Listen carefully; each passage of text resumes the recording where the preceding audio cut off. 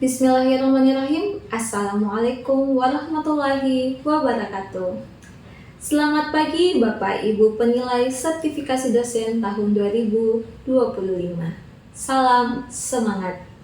Perkenalkan, saya dengan Suci Putri Astidi, SPD MAK CPA dari Kampus Politeknik LP3I Makassar pada program studi Akuntansi Keuangan Publik dengan NIDN 0922079101.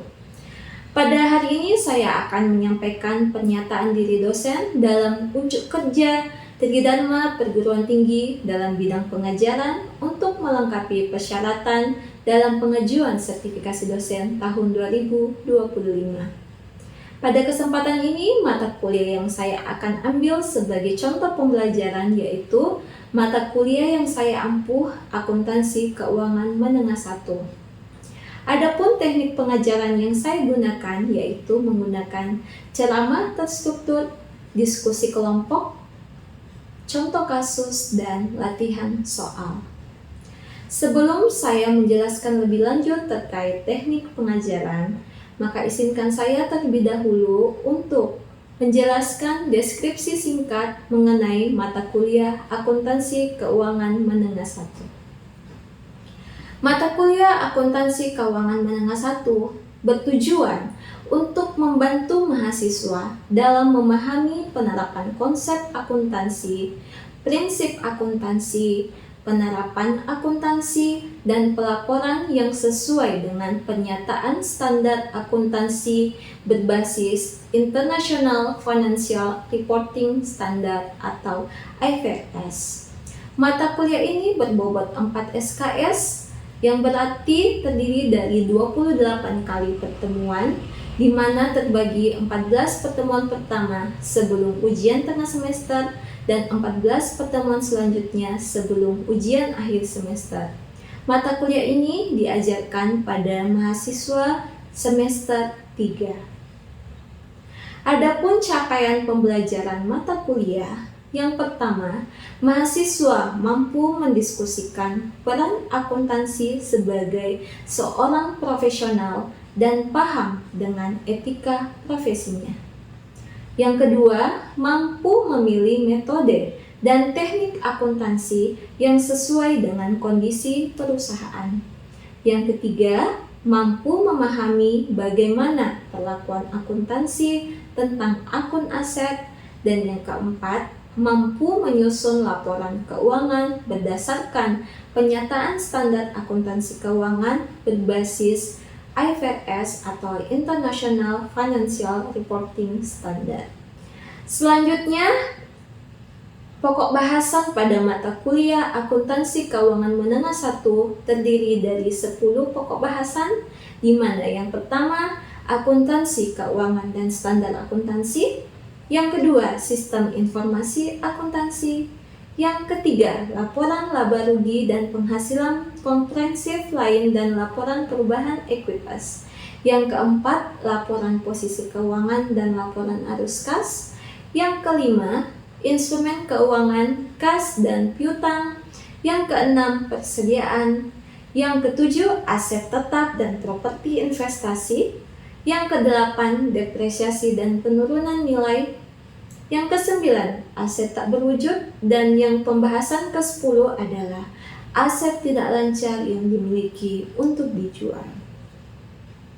Adapun daftar pustaka atau pustaka yang kita gunakan pada mata kuliah Akuntansi Keuangan Menengah 1, di mana buku utama yaitu buku Dwi Martani dan kawan-kawan dengan judul Akuntansi Keuangan Menengah berbasis PSAK, buku 1. Yang kedua sebagai pendukung yaitu buku dari Donald E. Kisho et al. Akuntansi Keuangan Menengah volume 1 edisi IFRS. Dan yang ketiga, buku pendukung dari Hamizan Muhammad Nur Intermediate Accounting.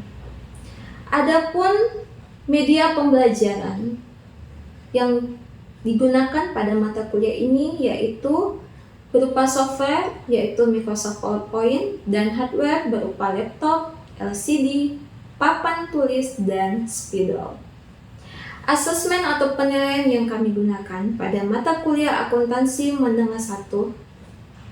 Yang pertama terdiri dari kehadiran sebesar 10%, tugas sebesar 10%, kuis sebesar 15%, ujian tengah semester atau UTS sebesar 30%, dan ujian akhir semester sebesar 35%. Itulah tadi deskripsi singkat mengenai mata kuliah akuntansi keuangan menengah 1. Selanjutnya, saya akan memberikan cuplikan pengajaran saya di kelas untuk mata kuliah yang saya ampu, yaitu akuntansi keuangan menengah 1. Terima kasih. Assalamualaikum warahmatullahi wabarakatuh. Waalaikumsalam warahmatullahi wabarakatuh. Apa kabar, Teh? Baik. Sehat ya? Sehat. Alhamdulillah. Hari ini kita masih diberikan kesempatan oleh Allah Subhanahu wa taala untuk melakukan perkuliahan mata kuliah akuntansi keuangan menengah 1. Tidak lupa kita haturkan salawat dan salam untuk junjungan besar Nabi Muhammad SAW. Oke, seperti biasa sebelum kita memulai perkuliahan, mari kita berdoa dulu. Semoga apa yang kita jalani hari ini bisa bernilai ibadah dan bermanfaat untuk kita semua. Oke, doa dimulai.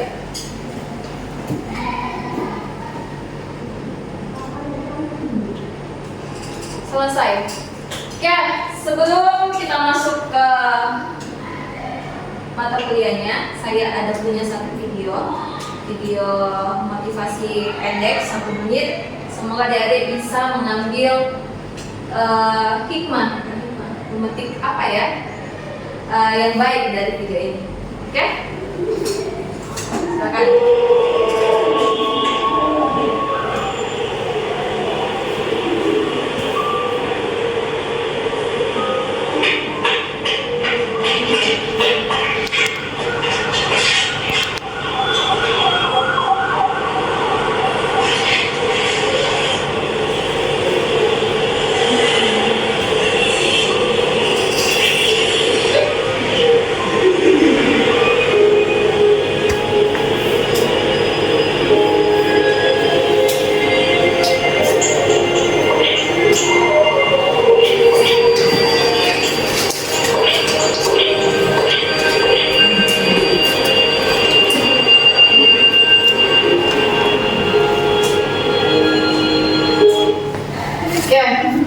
Gimana videonya?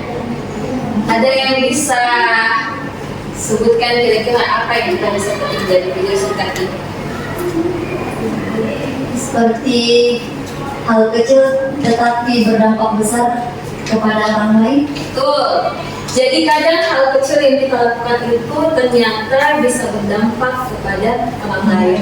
Intinya jangan pernah berhenti baik. Oke, baiklah, itu tadi sedikit motivasi di awal perkuliahan. Kita masuk ke materi.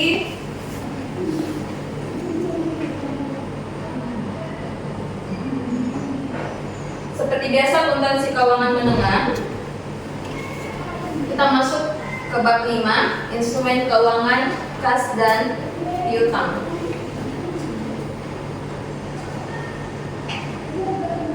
Minggu lalu, pertemuan sebelumnya, kita sudah sempat bahas sedikit mengenai kas. Ada yang masih ingat apa itu kas?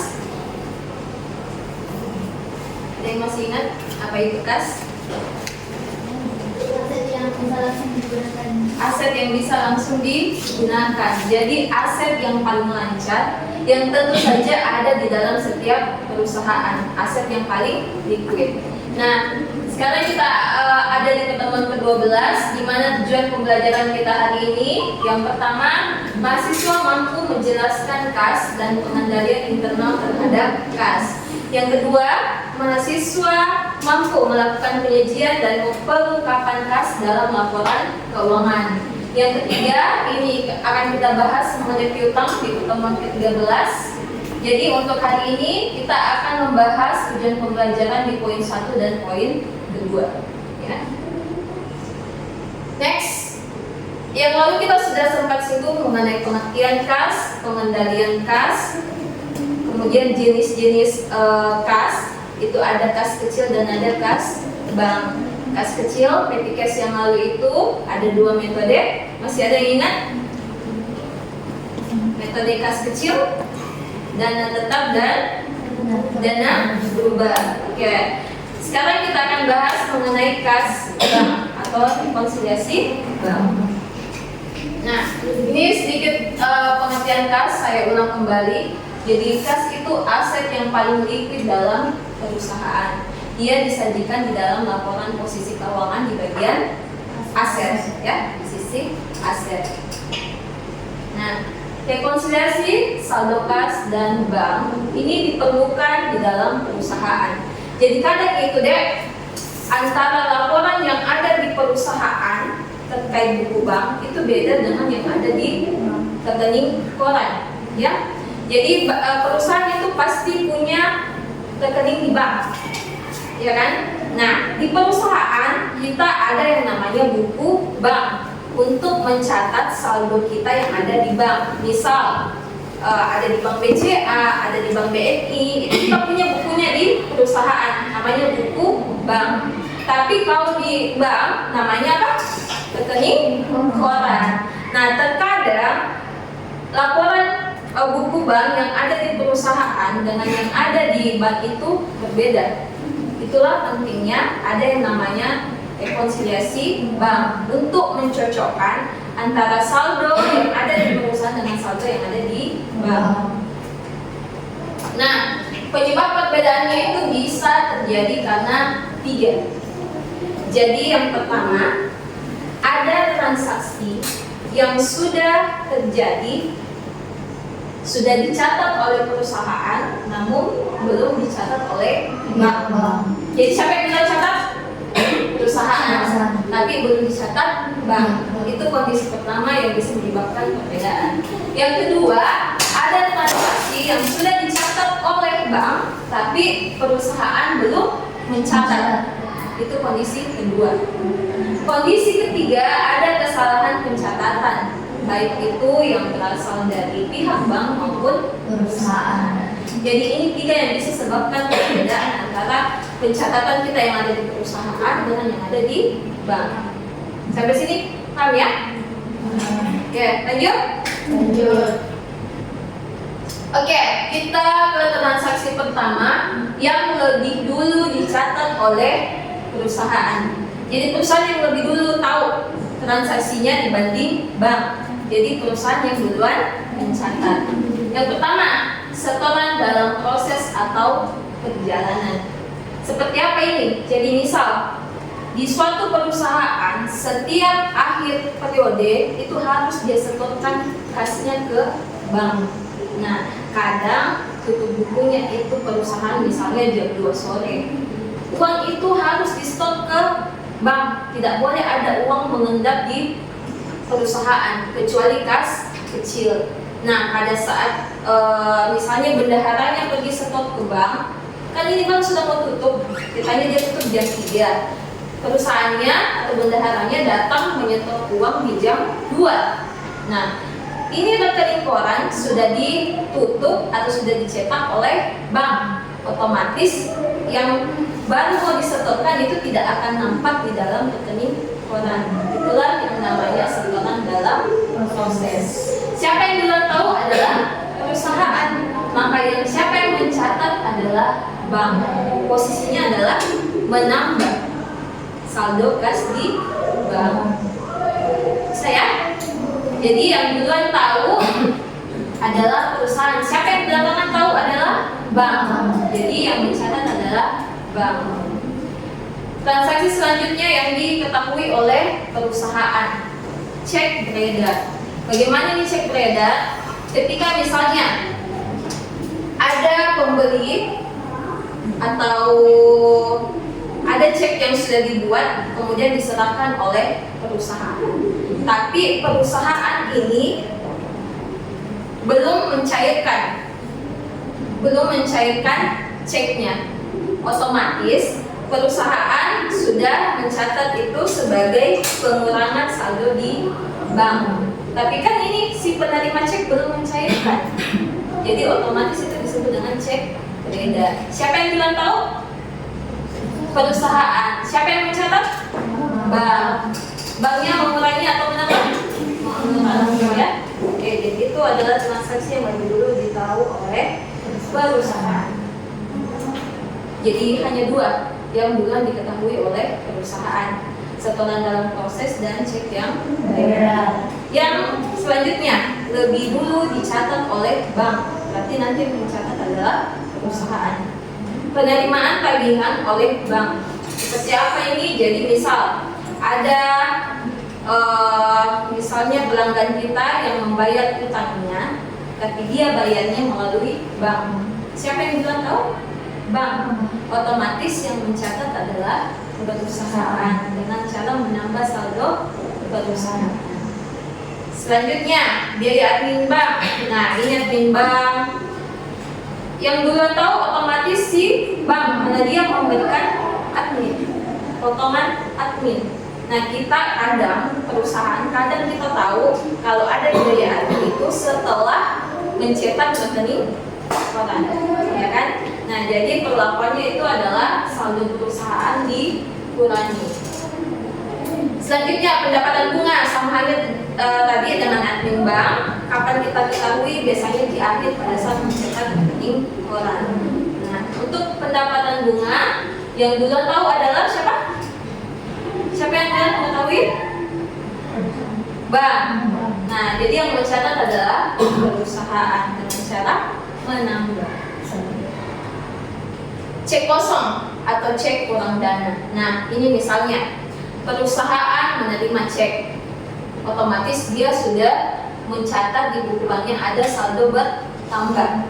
Tapi pada saat dia mau cairkan di bank, ternyata cek itu kosong. Nah, pada saat dia mau cairkan dan ternyata diketahui bahwa ceknya itu kosong, maka yang harus dilakukan, perusahaan harus mengurangi kembali itu saldonya yang sudah dicatat tadi.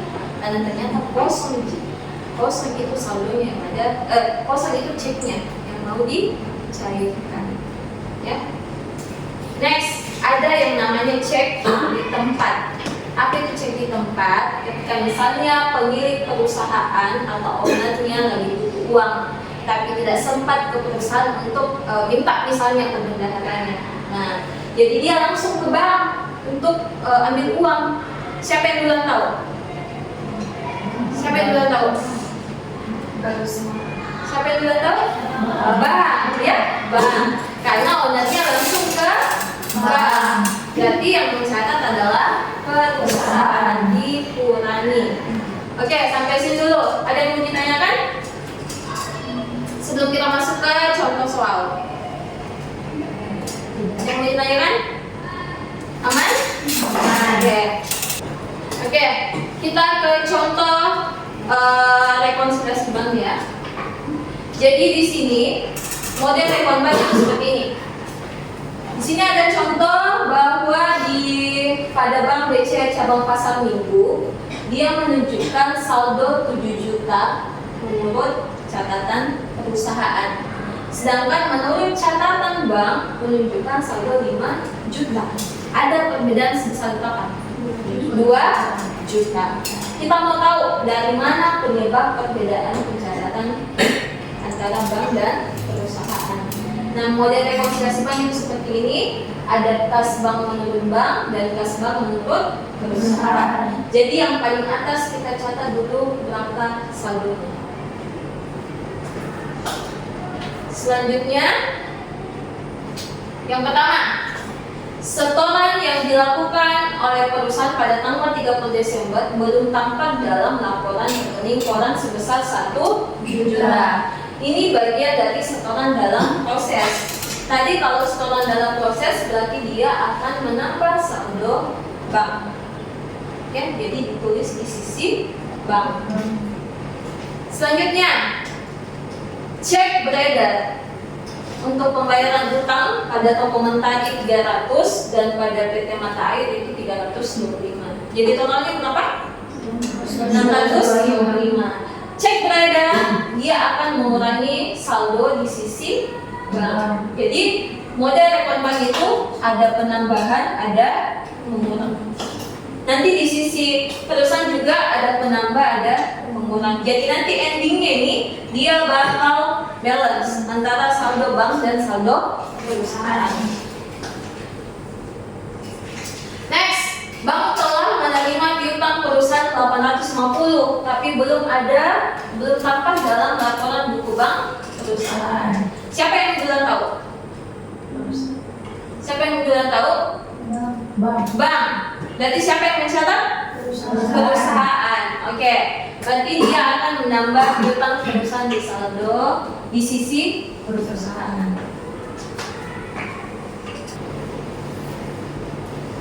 Nah, pendapatan bunga 50.000 belum tampak dalam catatan perusahaan. Berarti yang mencatat harus perusahaan di sisi penambahan. Ada pendapatan bunga sebesar 50.000. Biaya admin belum tampak dalam buku perusahaan sebesar 15.000. Kalau admin otomatis dia akan mengurangi saldo ya di sisi perusahaan. Nah, inilah endingnya. Tadi sudah kita identifikasi ada beberapa yang menyebabkan perbedaan. Setelah kita catat semua perbedaannya, kita jumlahkan yang penambahan. 1 juta tambah 180.000, 1 juta 180. Pengurangannya totalnya 625.000. Berarti 5 juta ditambah 1 juta 180 dikurang 625, hasilnya saldo setelah rekonsiliasi sebesar 5.500.000. Kita lihat di sisi perusahaan, awalnya saldonya itu 7 juta, kemudian total penambahan 900, total pengurang 2.345. 7 juta tambah 900 dikurang 2.345, hasilnya 5.555. Endingnya dia akan balance. Jadi itulah gunanya kita membuat rekonsiliasi bank untuk menyamakan saldo di bank dan saldo di perusahaan. Ada pertanyaan sampai sini? Ada? Aman? Aman. Oke. Kalau begitu kita latihan soal ya. Nah, kita latihan soal dulu. Saya mau bagi 2 kelompok. Ini aja potongannya nih. Jadi ini kelompok 1 sebelah sini, kelompok 2 di sebelah sini. Diskusi ya. Kita jadi jawabannya nanti ditulis di kertas masing-masing. Kemudian nanti kita cross check sama-sama. Oke? Nah, silakan ditulis jawabannya ya. Saling berdiskusi, saling berhadapan dengan anggota kelompoknya.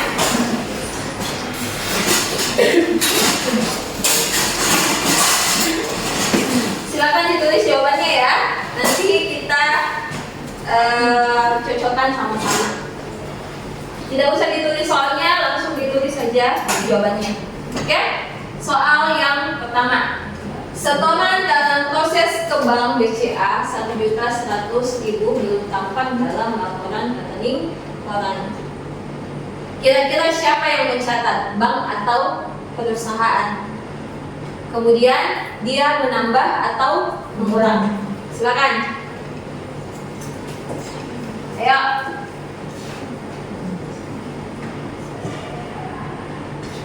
Siapa yang mencatat, kemudian dia menambah atau mengurangi? Sudah? Sudah. Ya. Yang penting tahu kuncinya apa ya. Setoran dalam proses. Siapa yang mau jawab pertama?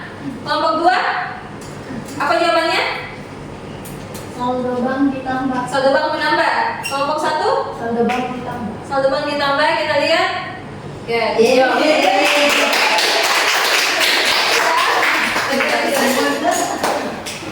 Oke, yang kedua. PT Imul Perkasa penerimaan pelunasan piutang dari PT Andi dengan cek BCA 0234 tanggal 30 Maret 43.500. Ternyata cek ini menurut BCA dia cek kosong dan dikembalikan kepada perusahaan. Gimana kalau cek kosong tadi? Siapa yang mencatat? Menambah atau mengurangi kalau cek kosong? Kuncinya cek kosong. Sudah? Cek kosong.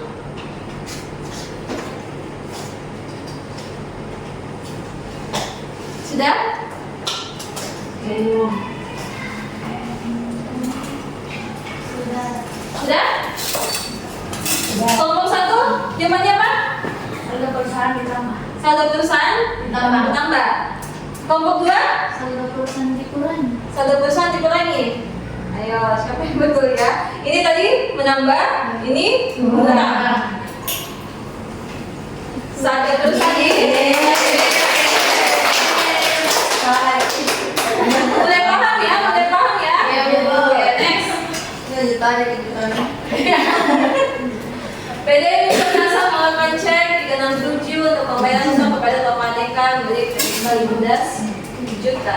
Tapi oleh bagian pembukuan angka ini dicatat dengan jumlah 51 juta. Apa nih? Berarti dia adalah kesalahan pencatatan. Silakan. Siapa yang salah catat? Identifikasi dulu siapa yang salah catat, kemudian penerimaan atau pengeluaran, menambah atau mengurangi.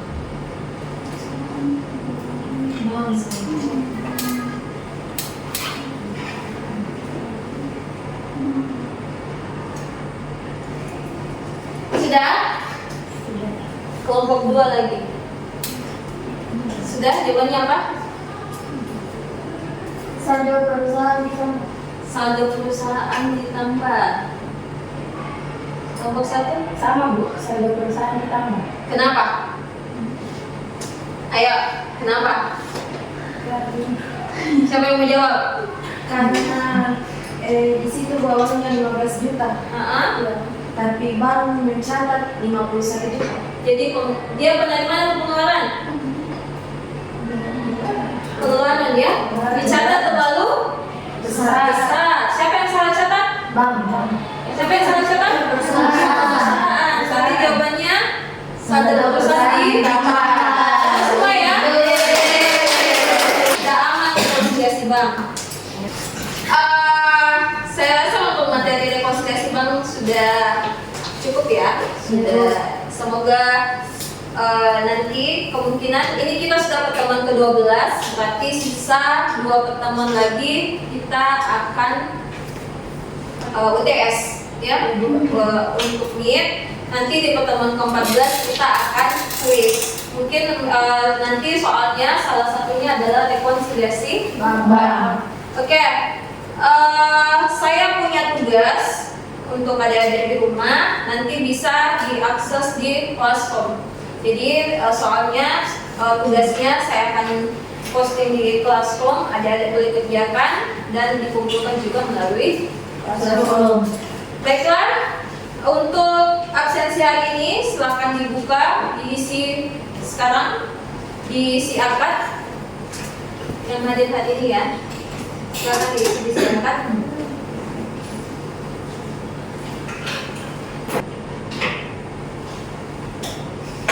Sudah?